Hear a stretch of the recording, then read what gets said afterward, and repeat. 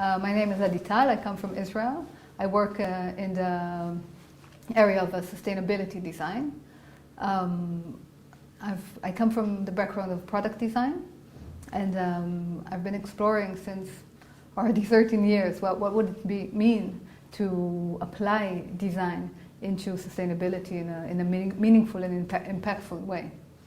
And I've been exploring this in different ways, and one of the ways was a master's that I did at the Design Academy in Eindhoven, where I did a thesis about how to approach sustainable design inspired from indigenous knowledge and indigenous living patterns. And the result of this process was a sustainable design methodology that I developed named The Bridge, which was designed to offer a holistic and applicable view to sustainability design. So it has 5 design strategies, all addressing different levels of human action in the world and so on, trying to redefine a different connection between man, object, and environment in a way that kind of enables a new participation.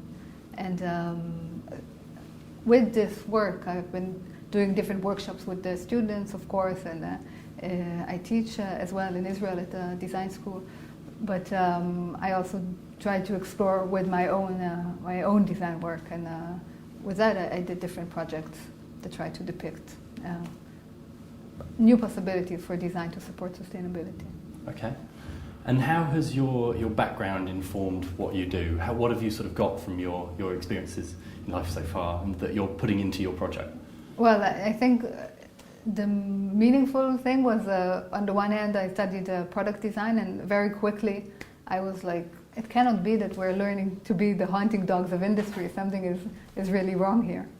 And then I traveled in India for a year, where even after I started exploring sustainability design or eco-design at that time, we were talking 13 years ago, I realized that in India, in a way, sustainability design was there in the tradition, in the way of life, and so on.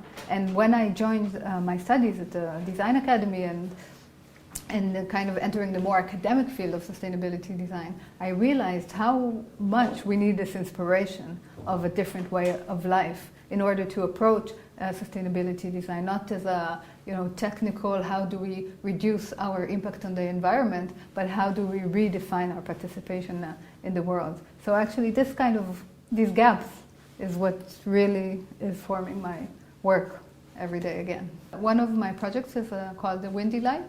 It's a self-sufficient outdoor light. It's actually a collection of lights that operate on wind energy.